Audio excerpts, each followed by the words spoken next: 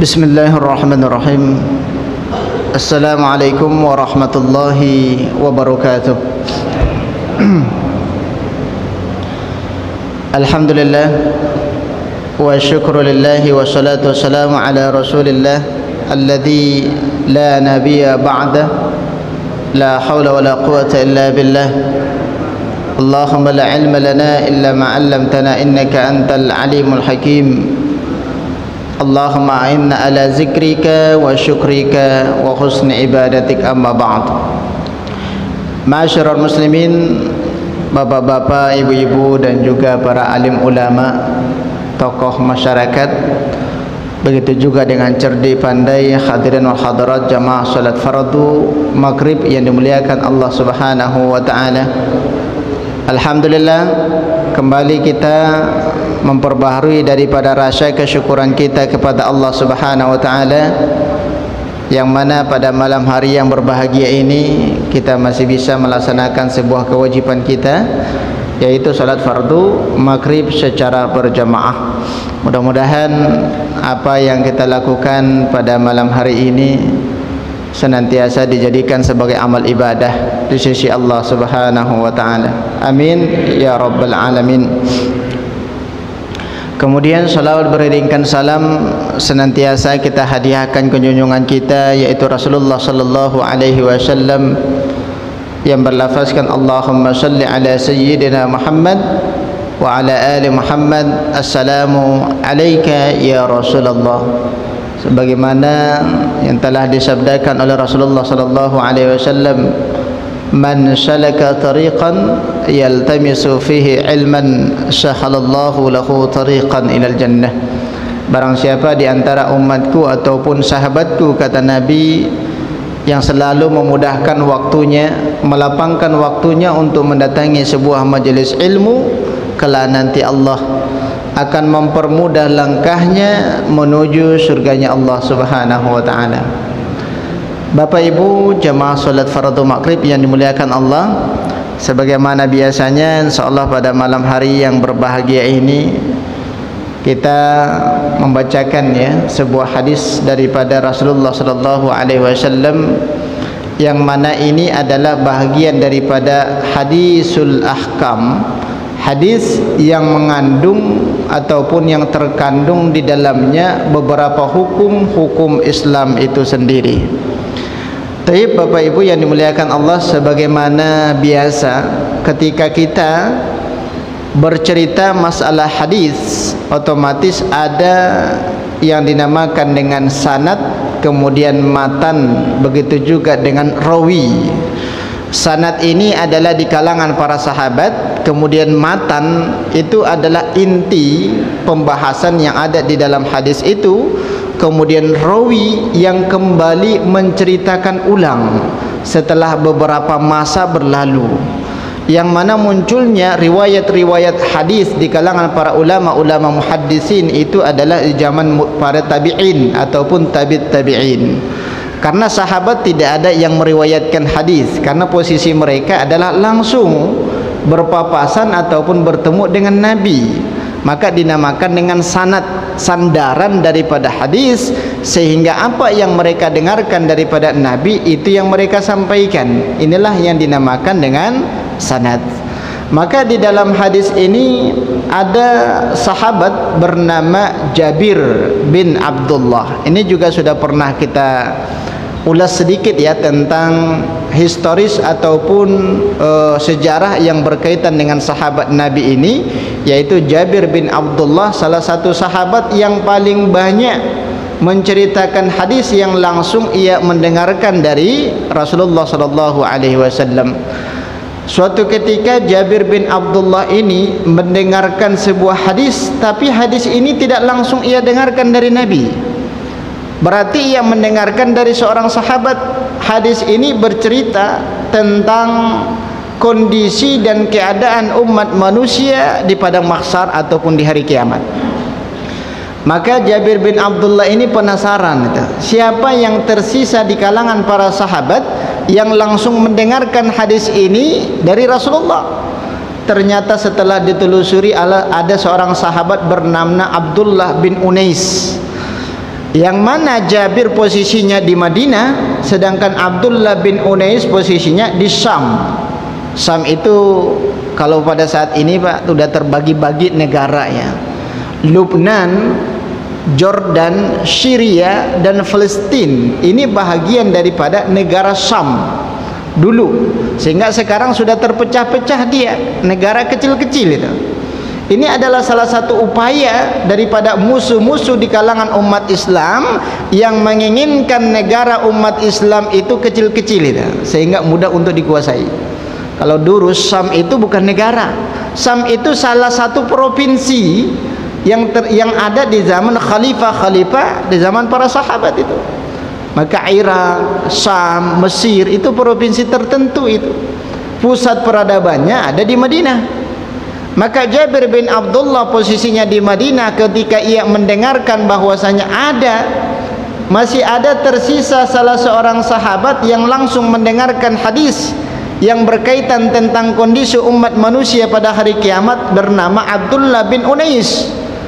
Maka ia berangkat dan bergegas. Ini model sahabat dulu Pak. Nah, ketika mendengarkan satu hadis, otomatis mereka antusias, meninggalkan apa yang mereka tinggalkan kemudian mereka jual untuk biaya di dalam perjalanan itu.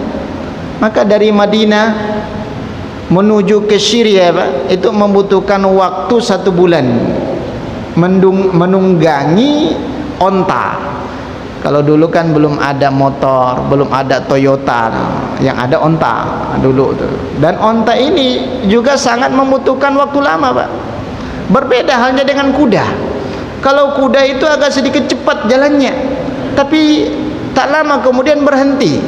Tapi kalau onta ini 24 jam non-stop, selalu berjalan itu. Itu onta Pak. Slow tapi pasti. Slow dia tapi pasti nyampe juga.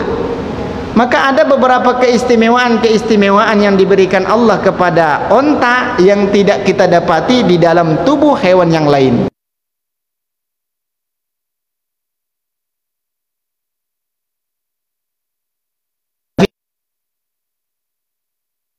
Berangkat ke Syam, ya beli biayaan yang dibutuhkan untuk bertemu seorang sahabat bernama Abdullah bin Unair. Luar biasa Pak. Hanya 1 hadis ia tempuh dengan memakan waktu 1 bulan.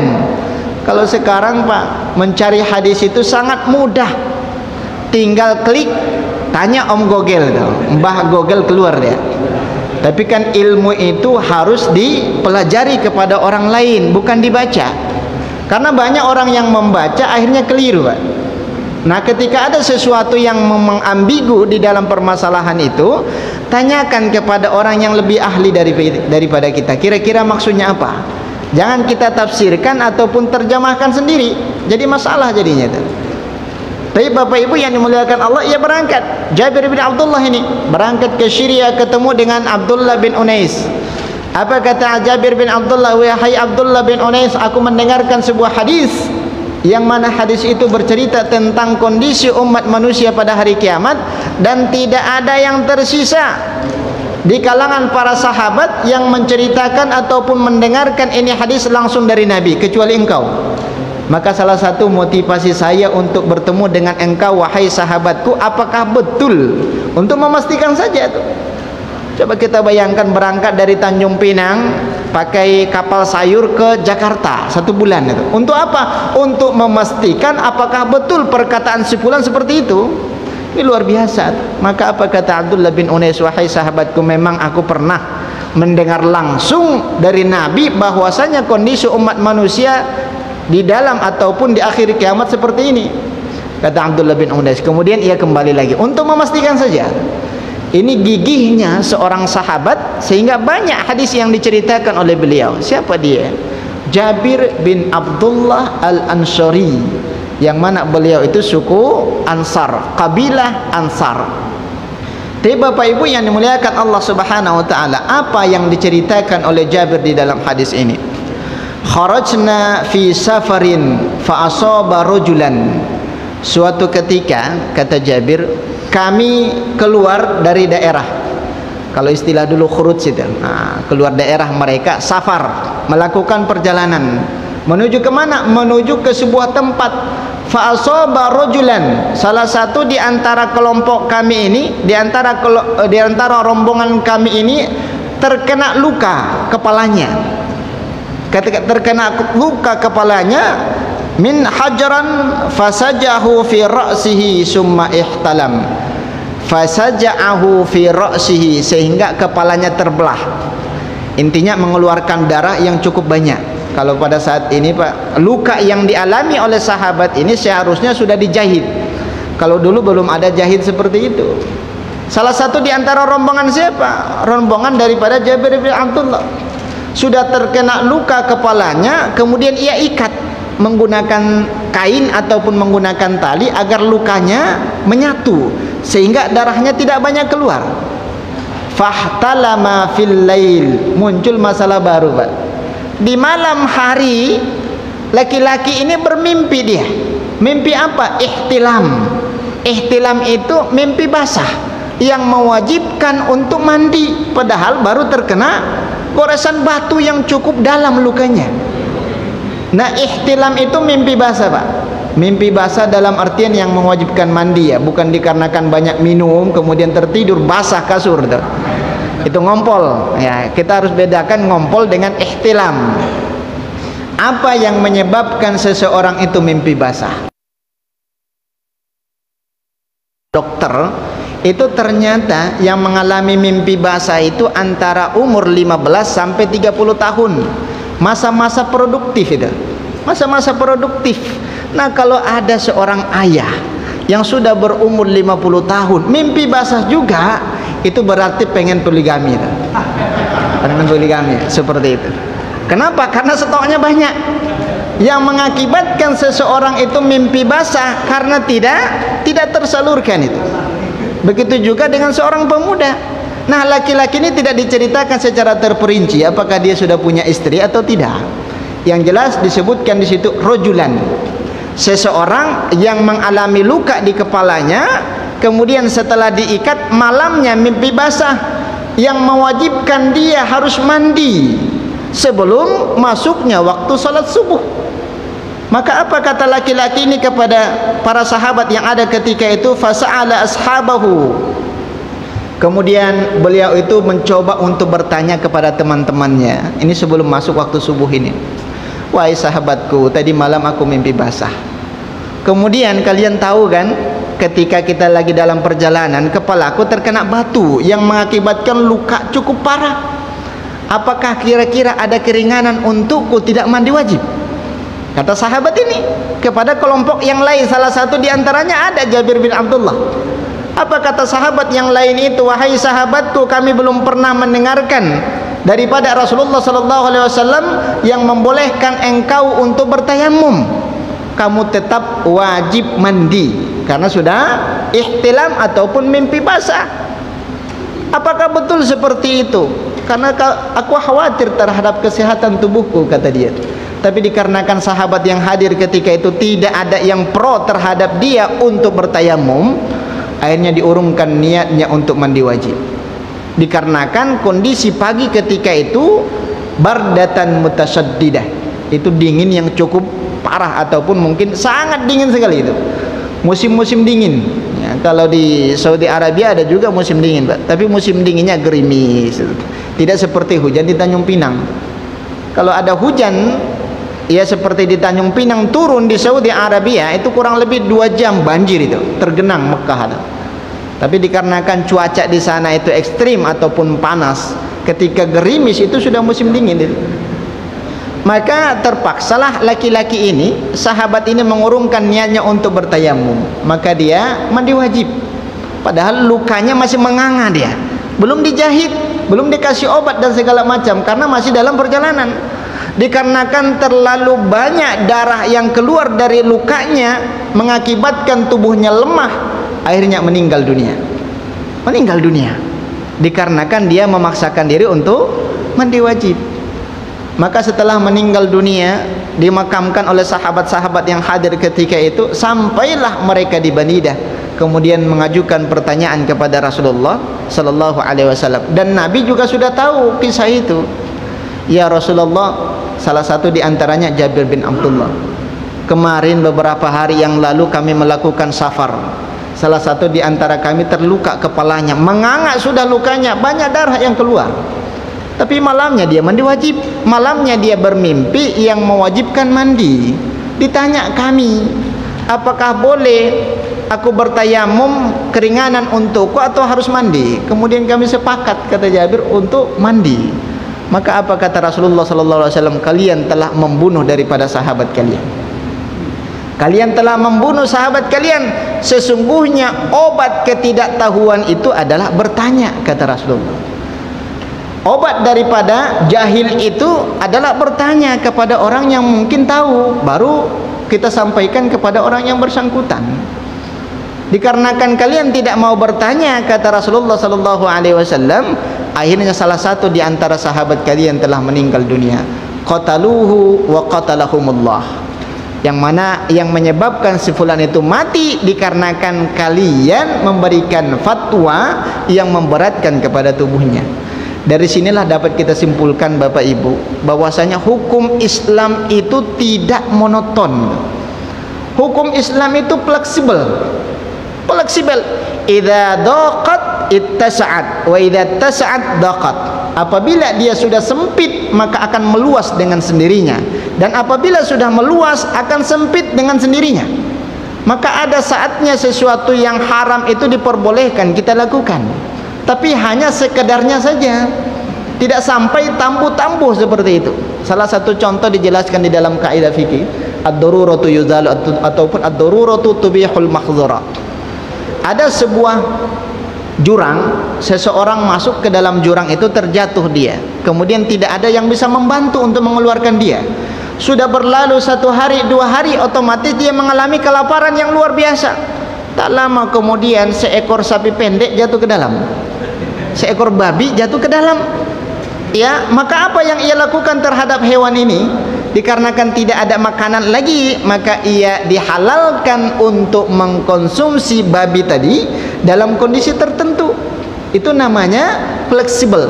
Tapi jangan sampai bertambuh-tambuh, itu tak boleh. Itu cukup untuk menghilangkan laparnya saja, untuk hifzun nafs, maqasidus syar'iyyahnya, agar terjaga dirinya biar tidak meninggal dunia. Cukup hanya sekedarnya menghilangkan lapar, sudah hilang laparnya, haram balik itu.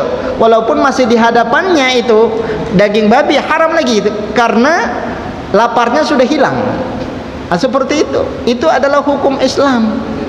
Ya, fleksibel, tidak boleh monoton itu. Kalau yang kita pahami selama ini, Pak, hukum Islam itu dahsyat. Hukum Islam itu kejam di dalam pemahaman kita. Salah satu contoh yang menyebabkan di Indonesia tidak bisa diterapkan syariat Islam, yang menolak itu adalah umat Islam sendiri itu. Seandainya diterapkan, Pak, di Indonesia syariat Islam, agama-agama yang lain itu terlindungi, mereka terlindungi. Itu kewajiban kita untuk mengayomi daripada umat yang berbeda akidah dengan kita di bawah kekuasaan umat Islam. Kalau di zaman Nabi tidak ada orang-orang Yahudi yang dipenggal ketika mereka tidak berniat untuk memerangi umat Islam itu. Aman dia, aman, tentram, diberikan haknya dan yang lain. Tapi pemahaman kita kan, oh ini kalau hukum Islam dijalankan banyak orang yang tak punya tangan, kan seperti itu, potong tangan gitu. Karena jelas kata Rasulullah sallallahu alaihi wasallam, "Lau anna Fatimah binti Muhammad saraqat laqata'tu yadaha." Seandainya ya Fatimah anakku, kata Rasulullah, mencuri, maka aku yang akan memotong tangannya. Tapi kan yang terpikir oleh kita potong tangannya, bukan manfaat di belakang daripada syariat itu. Kalau kita lihat, Pak, di Saudi Arabia, bagi yang sudah pernah umrah ataupun haji, bagi yang belum pernah, mudah-mudahan Allah mempermudah langkah kita ke sana. Amin ya rabbal alamin. Kita perhatikan betul itu. Sudah penuh itu Masjidil Haram. Ternyata di pinggir-pinggirnya itu kan ada toko-toko mahal, berlian, kemudian jawal-jawal seperti itu, nah, emas, perak dan yang lainnya. Ketika azan berkumandang, mereka hanya menutupnya dengan menggunakan kain tipis. Saya pernah lihat itu, ambil kain putih, ya tutup, emasnya berkilo-kilo tuh. Coba kalau di Indonesia tuh, balik orang yang punya tinggal setelengnya doang tuh. Kalau di Indonesia saja Pak sudah punya apa namanya gembok 2, kemudian pakai terali, hilang juga barang tuh. Ini kan dahsyatnya luar biasa. Tapi dikarenakan sudah dijalankan syariat Islam di sana, tidak ada yang berani terpikir oleh dia hukumannya nanti dahsyat itu. Itu salah satu dampaknya. Itu bagi kalangan masyarakat biasa. Berbeda halnya keturunan pangeran dan juga kerajaan. Ini beda cerita. Nah, ini hanya sebatas masyarakat ataupun rakyat. Luar biasa itu. Maka di zaman Rasulullah SAW, syariat Islam itu tidak langsung diterapkan itu. Tidak langsung diterapkan, dipahamkan dulu ke masyarakat. Sudah masyarakat paham bahwasanya hukumannya seperti ini, hukumannya seperti ini, barulah dijalankan syariat Islam itu tanpa hanya satupun, tidak ada satupun yang menolak dijalankan daripada syariat Islam. Kalau di Indonesia baru undang-undang pornografi saja itu leletnya luar biasa, 2 bulan baru disahkan. Padahal yang duduk di apa namanya, yang duduk di bagian daripada anggota-anggota legislatif itu 90%, 80% agamanya Islam tuh. Yang menolak mereka. Luar biasa. Kalau memang disahkan itu terhalang mungkin bisnis ataupun kegiatan mereka. Kan seperti itu. Ini perlu kita apa namanya berkaitan dengan revolusi akhlak gitu. Revolusi daripada pikiran dan yang lainnya. Seperti itu. Tapi Bapak Ibu yang dimuliakan Allah Subhanahu wa taala, kembali ke permasalahan hadis tadi. Ya, yang mana tidak ada rukhsah yang dibebankan kepada sahabat tadi kepada sahabat mereka sehingga menyebabkan kematian. Maka apa kata Rasulullah sallallahu alaihi wasallam? Seandainya kalian tahu wahai sahabatku, cukup mereka menghilangkan hadas besar itu dengan bertayamum. Maka tayamum itu 2 fungsi. Fungsi yang pertama menghilangkan hadas kecil, fungsi yang kedua menghilangkan hadas besar. Ada seorang sahabat diutus oleh Rasulullah SAW untuk keperluan tertentu, diutus oleh Nabi, berangkat kata Rasulullah. Maka laki-laki ini, sahabat ini mengalami sesuatu yang sama dengan sahabat yang lain tadi. Beliau itu bermimpi di malam harinya yang menyebabkan wajib mandi. Terpikir oleh dia, air tak ada. Kalau kita mandi wajib itu kan seluruh daripada anggota tubuh ini Bapak Ibu harus terkena airnya. Kalau tidak terkena berarti mandi wajibnya belum sah. Berarti harus keramas, kemudian yang lainnya digosok-gosok segala macam, itu mandi wajib. Terpikir oleh sahabat ini, sedangkan menghilangkan hadas besar dengan air otomatis seluruh kulit harus terkena air. Maka ia simpulkan sendiri, berarti kalau tidak ada air otomatis harus menggunakan pasir ataupun debu. Ia lihat kiri dan kanan, muka belakang tidak ada orang yang lewat, ia tanggalkan bajunya seluruhnya. Ia tanggalkan bajunya secara keseluruhan, kemudian dia guling-guling di pasir itu. Karena pikiran dia harus terkena semua pasir ke dalam tubuhnya. Ini pentingnya ilmu pengetahuan itu. Guling-guling dia. Setelah guling-guling baru dia bertayamum untuk berwudu, baru dia sholat. Kemudian sampai ke hadapan Nabi, sudah selesai hajatnya, diceritakan oleh sahabat ini, ya Rasulullah, kemarin saya mimpi basah yang menyebabkan wajib mandi, sehingga saya berijtihad untuk berguling-guling di dalam pasir, karena mandi wajib juga seperti itu, kata dia. Maka bagaimana respon Nabi ketika mendengarkan sahabat ini? Fatabassama Rasulullah sallallahu alaihi wasallam. Ketika itu Nabi merasa agak sedikit aneh dan juga beliau itu sempat tertawa melihat kondisi sahabat ini. Luar biasa, ini macam apa namanya, masam kerbau saja di sawah, guling-guling seperti itu. Padahal jelas kata Rasulullah, wahai sahabatku, sesungguhnya engkau tidak harus seperti itu. Cukup mengusapkan debu ke mukamu, kemudian mengusapkan debu kedua tanganmu, selesai sudah. Berarti kesimpulannya adalah menghilangkan hadas besar itu boleh menggunakan debu, begitu juga dengan menghilangkan hadas kecil. Berarti dua-duanya sama, dia cara pelaksanaannya sama, tapi niatnya berbeda. Kalau niat apa namanya, niatnya menghilangkan hadas besar dengan bertayamum, nawaitu tayammumi li raf'il hadasil akbar, berarti untuk menghilangkan hadas besar. Kemudian dia bertayamum. Berarti anggota tayamum itu cuma 2, tak? Muka dan kedua tangan. Maka disampaikan oleh Rasulullah, seandainya sahabat yang kena luka tadi cukup untuk bertayamum mengusapkan debu ke mukanya dengan kedua tangannya, diisyaratkan oleh Rasulullah. Maka hadis ini dihasankan oleh sebahagian ulama berkaitan dengan kalimat terakhir, cukup seperti ini saja kata Rasulullah sallallahu alaihi wasallam.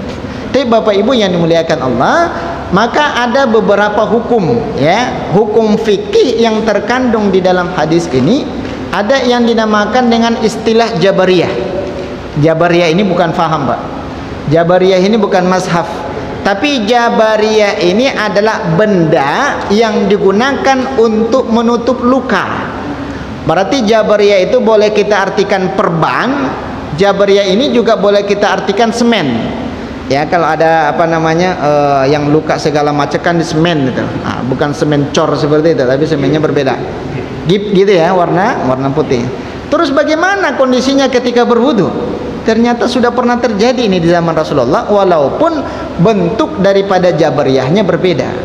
Yang jelas kita artikan Jabariyah itu segala sesuatu yang dapat menutup luka. Apakah dia berbentuk gip, apakah dia berbentuk lakban, apakah dia berbentuk plester dan yang lain, itu namanya Jabariyah. Seandainya lukanya kecil, diwajibkan untuk membukanya ketika berwudu. Terkadang kan ada cuma tergores sedikit dikarenakan jerawatnya pecah, kemudian diplester sama dia. Nah, berwudunya bagaimana? Apakah sampai air wudunya ke dalam ataupun ke kulit yang terhalang oleh plester itu? Tapi kalau memang lukanya atas anjuran dokter tidak boleh terkena air. Kalau terkena air dikhawatirkan lukanya tambah parah ataupun lama sembuhnya. Kalau saat sudah ada statement daripada dokter seperti itu, boleh kita jadikan ataupun ganti dari wudhu menjadi tayamum. Seperti itu. Itu namanya Jabariyah. Nah, muncul 3 permasalahan di dalam Jabariyah ini. Yang pertama, apakah seluruhnya kita bertayamum atau hanya terkena luka itu saja yang ditayamumkan, yang lainnya harus berwudu? Ini terjadi khilafiyah di kalangan para ulama. Kalau ulama-ulama Saudi sudah muncul fatwa ijtihad ataupun mungkin ijtima'ul ulama as-Saud al-Arabiyah, salah satu kesimpulannya adalah hanya diperkenankan untuk bertayamum saja, tanpa harus menggabungkan dua-duanya. Terkadang kan ada pemahaman yang menganjurkan wudhu tetap, tapi ketika membasuh yang kena di perban tadi ataupun yang digip itu, kemudian khusus itu saja ditayamumkan. Itu pendapat siapa itu? Pendapat Imam As-Syafi'i beserta ulama-ulama Syafi'iyah menganjurkan seperti itu. Yang lainnya itu tetap kita gunakan untuk berwudu, tapi khusus yang terkena tadi kita tayamumkan. Ya, ditayamumkan untuk diusap saja, selesai sudah. Masalah yang pertama. Masalah yang kedua, di dalam mazhab Syafi'iyah ini muncul lagi 2 pandangan. Ketika seseorang hendak membalut lukanya, ternyata darahnya masih mengalir, tetap mereka dianjurkan untuk sholat, tidak diwajibkan. Itu pandangan ulama. Dianjurkan untuk sholat litakrimul wakti, untuk menghormati waktu. Nanti ketika sembuh wajib diqadha. Wajib diqadha. Kadang kan ada luka itu, Pak. Luka itu sudah dijahit, sudah diplester sampai perbannya itu apa namanya merah. Nah, dikarenakan masih keluar darah-darah segar seperti itu. Ketika masuk sholat, apakah mereka dianjurkan sholat? Dianjurkan, tapi tidak diwajibkan. Dalam artian kondisi mereka lagi bernajis itu. Tidak boleh darah yang mengalir kita sholat. Ada yang dinamakan dengan damul masfuh wa damun ghairul masfuh. Darah yang mengalir dan darah yang tidak mengalir. Nah, kalau darah yang tidak mengalir itu tidak membatalkan sholat. Allahu Akbar, ternyata datang seekor nyamuk. Sudah lama betul lah nyamuk, sudah kenyang dia. Kesal kita, ini nyamuk sudah sampai mengisap darah kita sampai sudah merah. Akhirnya kita pukul dia, ternyata pecah perutnya, darahnya terpelantik kemana-mana. Itu kan cuma sedikit itu. Apakah sholatnya batal atau dilanjutkan sholatnya? Itu namanya damul ma'fu'un anhu, darah yang dimaafkan, maka tetap dilanjutkan sholatnya. Tapi kalau sudah sampai mengalir, ya itu harus dibasuh, karena tidak boleh kita sholat darah mengalir. Kalau wudhunya tidak batal, tapi sholatnya batal. Sholatnya batal, harus dibersihkan dulu. Setelah bersih baru kita kembali untuk untuk berwudu. Begitu juga pandangan ulama yang pertama tadi. Ya, dikarenakan kondisinya seperti itu, kenapa mereka tetap dianjurkan untuk sholat? Untuk memuliakan, dikarenakan waktu sholat sudah masuk. Tapi tetap mereka diwajibkan untuk mengqadha. Ini bahagian daripada ulama-ulama Syafi'iyah, bahagian kecil. Tapi jumhur di kalangan para ulama-ulama Syafi'iyah mengatakan cukup untuk mengusap daripada gibnya, walaupun dia berdarah atau tidak di dalam, tetap tidak diqadha salatnya. Nah, seperti itu. Ini pandangan ulama yang lebih banyak, mayoritas. Ngapain pula kita sudah sholat tapi besoknya diulang lagi, kan seperti itu. Secara logikanya seperti itu. Maka yang lebih sahih, yang lebih banyak pendapat di kalangan para ulama adalah pendapat yang kedua. Ya, kita sholat tapi tidak mengqadhanya lagi di waktu yang lain, dikarenakan gib itu menutup daripada darah yang keluar tadi, tidak sampai tercecer kemana-mana. Kemudian permasalahan yang terakhir, ketika gib itu terkena najis, tidak harus ditayamum, tapi harus digunakan air untuk menghilangkannya. Terkadang kan gib kita kemana-mana dibawa ini, apapun perban itu di mana-mana kita bawa. Kebetulan anak kita merengek segala macam, terkena pipisnya. Itu kan bahagian daripada najis itu. Ya, pipis seorang bayi yang sudah lebih umurnya 2 tahun dan sudah mengkonsumsi makanan-makanan seperti halnya apa yang kita konsumsi itu. Berarti kencingnya itu adalah najis mutawassitah. Ya, najis pertengahan, harus dibersihkan. Nah, kalau perban itu sudah terkena, wajib dibersihkan dari najis itu. Jangan cuma kita menghilangkannya dengan bertayamum. Tayamum itu tidak bisa menghilangkan najis, Pak. Tayamum itu hanya bisa menghilangkan hadas. Ya, tidak mungkin kita buang air kecil, buang air besar menggunakan debu, kan seperti itu, nempel di situ. Tapi kalau untuk menghilangkan najis boleh menggunakan benda-benda keras yang lainnya. Pastikan benda itu tidak tajam, kan seperti itu. Contoh mungkin menggunakan batu, menggunakan daun dan yang lainnya untuk menghilangkan najisnya. Tapi kalau bertayamum itu tidak bisa menghilangkan najis, tapi hanya bisa menghilangkan hadas kecil dan juga hadas besar. Permasalahan yang terakhir di dalam hadis itu memang banyak. Ini yang dinamakan dengan hadisul ahkam. Permasalahan yang terakhir, apakah tayamum itu hanya boleh digunakan satu waktu sholat fardu? Ketika hendak sholat maghrib dia bertayamum, kemudian sholat isya apakah boleh ia gunakan tayamum yang tadi sholat maghribnya untuk sholat isya? Ini terjadi lagi khilafiyah di kalangan para ulama. Jumhur ulama-ulama Syafi'iyah mengatakan tayamum itu hanya boleh digunakan untuk menunaikan ibadah sholat fardu satu kali. Nah, kalau sudah sholat maghrib kita bertayamum, otomatis ketika masuk waktu isya tayamumnya batal. Walaupun kita tidak berhadas, tetap harus diperbaharui lagi tayamumnya untuk sholat isya. Berarti satu tayamum, satu sholat fardu. Kemudian sholat-sholat rawatib yang lainnya diperbolehkan. Qabliyah dan ba'diyah itu tetap menggunakan satu tayamum, yaitu sholat tayamum untuk sholat maghrib tadi ataupun tayamum untuk sholat isya. Tapi kalau sholat fardu itu tidak bisa untuk dipakai tayamum itu dengan menunaikan ibadah sholat fardu 2 kali.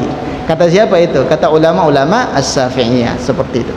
Tapi Bapak Ibu hadirin hadirat jamaah sholat maghrib yang dimuliakan Allah Subhanahu wa taala, inilah beberapa hukum ya yang terkandung di dalam hadis yang diceritakan oleh Jabir bin Abdullah terkait daripada masalah-masalah Jabariyah, masalah-masalah penutup luka yang mungkin terkena luka seseorang itu atas anjuran dokter tidak boleh terkena air, maka boleh diganti dengan bertayamum, seperti itu.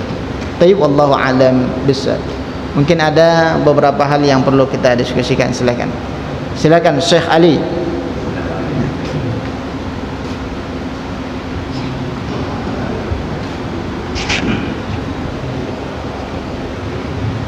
Bismillahirrahmanirrahim. Assalamualaikum warahmatullahi wabarakatuh. Waalaikumsalam warahmatullahi wabarakatuh. Pertanyaan seputar wanita. Yang pasti itu beliau Ustaz. Ini Ustaz, Rasulullah pernah ditanya tentang 3 derajat, tentang antara ibu dan ayah. ibu 3 kali lebih mulia pernikahannya daripada ayah. Kalau berarti ibu 3 ayah 1 berapa? Pertanyaan saya, apabila seorang wanita yang tidak menikah, apakah mendapat 3 derajat tersebut muliaannya dibanding dengan seorang laki-laki atau seorang Baik. atau yang kedua, dalam sebuah hadis untuk para pemuda, apabila kamu tidak, maksudnya gini, mau menikah tapi ada hasrat untuk kawin, tak mampu puasa saja, itulah kesimpulan dari sini. Bagaimana dengan orang yang sudah rumah tangga, yang kerja jauh, apakah puasa juga Ustaz? Baik. Apabila tiba-tiba hasrat. Terima kasih. Assalamualaikum warahmatullahi wabarakatuh. Waalaikumsalam warahmatullahi wabarakatuh. Taib, Bapak Ibu jamaah salat maghrib yang dimuliakan Allah, ini pertanyaannya dalam nih ya. Permasalahan yang pertama ini berkaitan dengan seorang ibu. Ketika seorang sahabat bertanya kepada Rasulullah sallallahu alaihi wasallam, mana yang lebih mulia antara laki-laki ataupun seorang ibu dengan seorang ayah? Faqala ummuka ummuka ummuka, yukarriru ala thalathati marrat. Nabi mengulangi dengan 3 kali perkataan summa abika, kemudian setelah itu adalah ayahmu. Ini salah satu bentuk kemuliaan seorang ibu. Maka disampaikan oleh Nabi di dalam hadis ini, tekstualnya itu adalah ummun, bukan nisaun. Kalau nisa itu adalah perempuan, ummun itu adalah ibu. Ya, kenapa dinamakan dengan ummul qura? Kenapa dinamakan dengan ummud dunia? Karena ada pusat di situ, pusat peradaban dan yang lainnya. Berarti seorang ibu ini, definisi daripada ibu, seseorang yang sudah menikah dan memiliki keturunan. Itu yang dinamakan dengan ummun, ibu. Bagaimana halnya dengan seorang perempuan yang tidak menikah? Pernah seorang sahabat, ya, 2 sahabat ini mendatangi daripada Rasulullah sallallahu alaihi wasallam, yang kebetulan 2 sahabat ini tidak menikah. Maka apa kata sahabat yang pertama? Ya Rasulullah, aqumul lail, setiap malam aku selalu sholat malam sehingga terlupa untuk menikah. Datang sahabat yang kedua, ya Rasulullah, aku selalu melakukan ibadah, asumu wala uftir, aku selalu berpuasa dan tidak berbuka. Maka apa kata Rasulullah sallallahu alaihi wasallam? Antum takuluna kada wa kada, kamu mengatakan seperti ini, kamu sholat tahajud sehingga tidak menikah, kamu juga mengatakan seperti ini, berpuasa, selalu berpuasa tapi tidak menikah. Maka apa kata Rasulullah sallallahu alaihi wasallam? Wa ana, dan aku juga melakukan hal yang sedemikian, wa atazawwajun nisa, dan aku juga menikah, kata Rasulullah. Faman raghiba an sunnati falaysa minni, barang siapa yang enggan untuk melakukan sunnahku, maka mereka bukan bahagian daripada pengikutku, kata Rasulullah. Berarti orang yang tidak menikah, ya, dikategorikan belum jadi pengikut Nabi dah. Maka yang belum menikah besok. Ya, seperti itu. Nah, ini kesimpulan yang pertama. Kesimpulan yang kedua, apakah ada di kalangan para ulama-ulama yang tidak menikah? Ada. Syekh Ibnu Taimiyah itu tidak menikah. Kemudian Syekhah ya Rabi'atul Adawiyah itu juga tidak menikah. Kenapa mereka tidak menikah? Tidak ada waktu berpikir untuk menikah, dikarenakan disibukkan untuk menuntut ilmu dan juga menyampaikan ilmu. Ini luar biasa ulama-ulama kita dulu itu, sampai terlupa untuk menikah, Pak. Jangan karena sibuk mencari nafkah tapi lupa menikah, nggak ada manfaatnya, Pak. Yang belum menikah berarti imannya belum sempurna. Ya, kenapa belum sempurna? Karena apa yang ia lakukan hanya mendapatkan 1 pahala. Orang yang sudah menikah banyak potensi pahala. Balik ke rumah istrinya sediakan kopi, pahala, Bu. Hanya sebatas kopi saja disediakan kepada suami, dia minum atau tidak terserah dia. Yang jelas sudah disediakan, itu ada potensi pahala di situ, potensi ibadah. Bersenda gurau dengan keluarga itu pahala. Nah, begitu juga dengan yang lain. Jangan terlupa untuk menikah. Banyak orang yang sudah menikah itu, Pak, menyesal. Kenapa menyesal? setelah menikah dia kok enggak dari dulu saya menikah, kan seperti itu. Menyesal kemudian tiada guna, kan seperti itu.